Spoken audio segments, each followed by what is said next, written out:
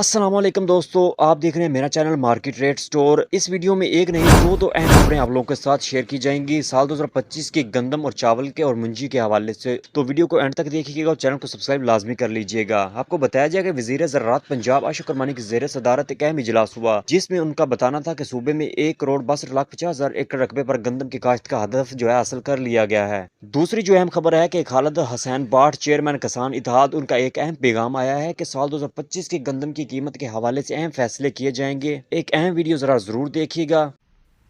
औज़ुबिल्लाहिमिनश्शैतानिर्रजीम बिस्मिल्लाहिर्रहमानिर्रहीम।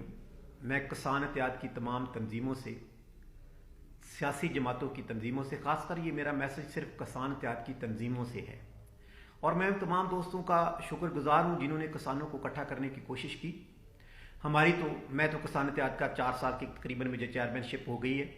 उस दौर में इस्लामाबाद, लाहौर, कराची, कोयटा जहाँ भी हुआ, और अभी 10 दिन पहले पंजाब असम्बली के सामने जो हमारी ज़िला भावल नगर बचाओ तारीख थी, उसमें भी 3 दिन हम पंजाब असम्बली के सामने पर एहतजाज में बैठे रहे। हमने अपना जो हक था कोशिश की अदा करने की, लेकिन फिर भी हमसे वो नहीं हो सका जो किसानों को हम रिलीफ दे सकते थे। मेरी तमाम किसान इत्तेहाद और किसान तंजीमों से अपील है और तमाम दोस्तों से अपील है जिन्होंने कोशिश की है इकट्ठा करने की।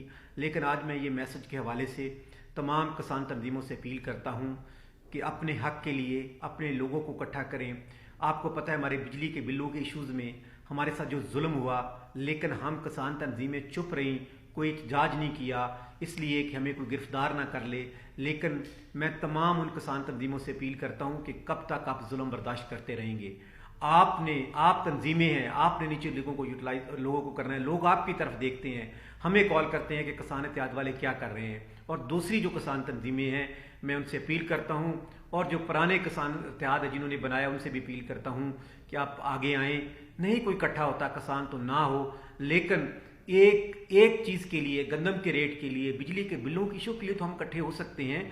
अगर हमारी चौधर को कोई प्रॉब्लम है तो हम एहतजाज तो कर सकते हैं। अगर जो एहतजाज नहीं करेगा, जो किसानों के खिलाफ काम करता है, बाकी इस वक्त सब किसान तंजीमों को पता है कि कौन काम करना चाहता है, कौन नहीं करना चाहता। ये फैसला किसान तंजीमों के जो लोग हैं, जो हमारे वर्कर्स हैं, जो हमारे सपोर्टर हैं, उनको पता है।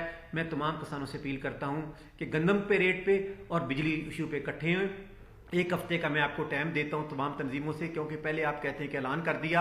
मैं अपील करता हूं तमाम तंजीमों से, तमाम उनके लोगों से कि इस दफ़ा हम निकले, इकट्ठा ना भी हो तो अलग अलग भी कोई ऐलान करे तो आपकी बातचीत तो जाए अवानों तक। अब तो हम सिर्फ ग्रुपों में बैठे सिर्फ बातें करने तक महदूद हो गए हैं, लेकिन बाहर निकलने के लिए कोई तैयार नहीं।